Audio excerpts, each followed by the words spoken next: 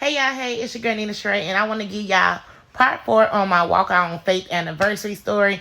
I know it's taking a little bit of time for me to tell the story, but it's gonna be a good story. I just been doing other stuff pertaining to my business and other life events that's happening in my life, but I'm getting ready to do another walkout and faith journey, and I'm gonna YouTube it. So follow me on YouTube at Nina Sharae on YouTube, and you can see all my fashion shows and all my craziness that be going on YouTube. But I'm gonna tell my part 4 to the story. Okay. All right. So I left off at with me telling my parents that I'm getting ready to move out of the state, and I only had like 5 months to get everything done because I knew that I had to get out of Chicago. So now I'm in the mindset, so okay, let me look for jobs. Let me see if I want to look for other apartments. Even though I wanted this apartment that I looked at, I knew I had that in the bag. But let me tell you how the devil be trying to trick y'all. So I was in Colorado for a convention, and I had got a phone call from the leases office saying, hey, they had a studio apartment that's about to be on the market and to fill out the application. So I ran at the conference like, okay, I'm sitting at the bar filling out the application on my cell phone, getting ready to submit my everything over.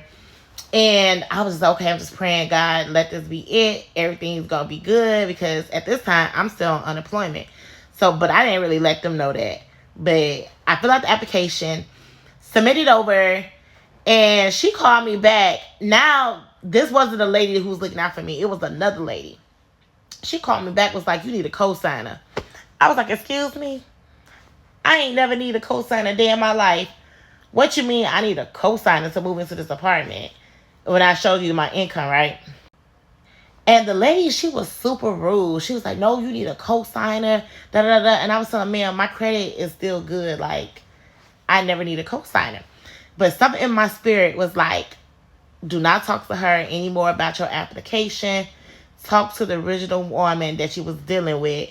I'm going to call her Miss Ohio. Talk to Miss Ohio and everything gonna be fine. So I'm like, okay, ma'am, let me get this over. Let me see if my mama or my daddy, knowing that my mama and daddy was not gonna co-sign nothing for me. But I was like, okay, let me get them. So I called Miss Ohio because she was on lunch. I called her and I was like, hey, old girl said I need a co-signer. And I ain't never need a co-signer for anything. What that's all about. She said, hold on, let me look at your application. She put me on hold. She was like, okay, you need a co-signer because your income that she said was too low. She's like, mark your income up a little bit higher and you're going to be approved without needing a co-signer. Baby, when I did that and send it back over to her, I did not need a co-signer. She was like, oh, girl, you approved. Your move-in date is going to be September 12th, 2013. This is what you need to bring in, blah, blah, blah, blah. Baby, when I tell you she gave me all the tea, that's how I knew that my alignment was right because God will put the right people in your path to get what you need to get done. And she could have been a itch, just like the other lady. But she was just like, she knew where I was coming from. She knew I wanted to come down there. We was from the Midwest. She was saying it was life-changing for her, so she wanted me to experience the same life-changing events for me. So she really looked out for me, and I was in Colorado. I text my people, like, I got my apartment. I'm leaving on September 12th. So what's up, y'all? Like, y'all about to pull up? Now, and baby, I was super excited about that. And so now this is in June, so I had like 3 months to figure out everything. So now I'm like doing no more trips. Well, I did have the Dominican Republic trips. So I wasn't doing no more trips. I started getting rid of all my old high school jeans, like cleaning out everything that's in my storage in my house, just getting rid of everything because my mind was like, okay, I'm not getting a U-Haul truck. I'm not taking half of this stuff because it's hot down there. So what I'm about to do with it? At this time, I had a friend who was supposed to help me. He was going to tow my car to the back of his truck, and I was going to fly, and he was going to bring the car back down to Tampa, but that never happened. People be lying. Like, when you say you want about to do something for somebody, stand on business and do it for somebody. I hate when people don't want to answer. Like, you offer to help, and then when I need your help, you not there. That's why I do everything on my own.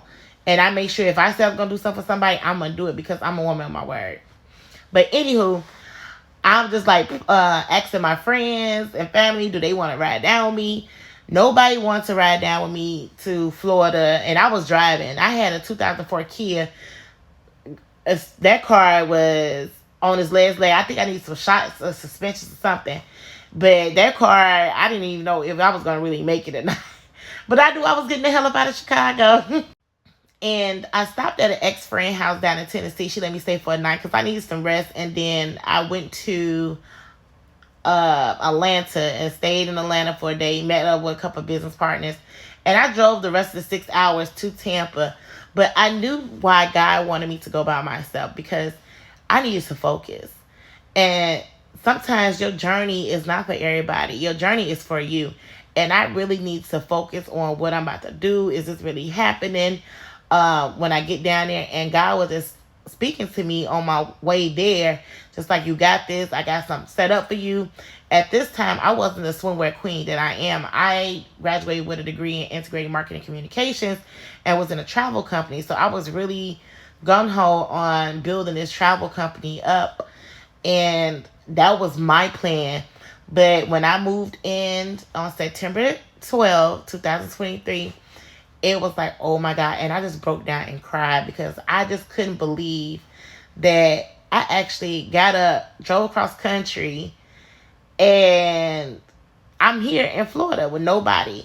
And sometimes it still gives me goosebumps to this day because, a lot of people would never took that journey. It was so many rumors that I had a sugar daddy while I'm going down there and I ain't got no money. Oh, and let me tell you this. The church that I was attending, right, they had a hardship program. And I just applied like I never win anything. I was like, I ain't going to win none of this. But I'm just going to apply for the hardship.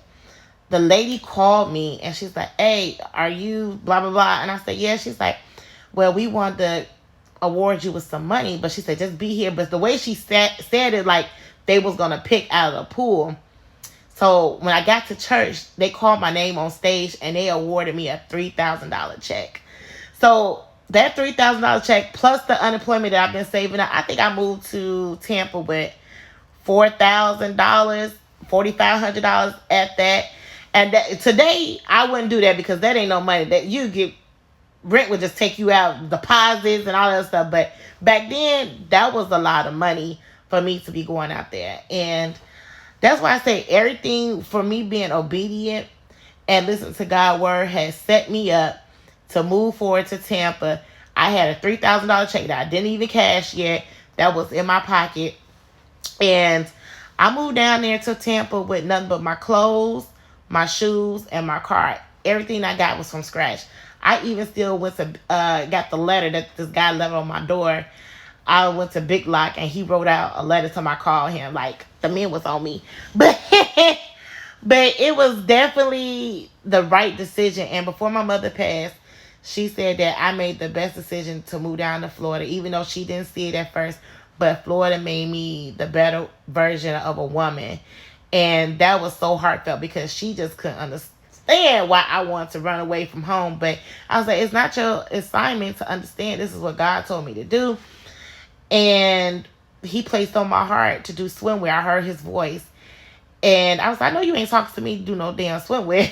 Well, I ain't cursed to him, but do no swimwear. And I was like, because I'm not even a designer. I don't even know how to sew. And this is where part 5 come in. Because let me tell you that God gave me the vision to do swimwear for plus size women. So y'all stay tuned. Okay, bye.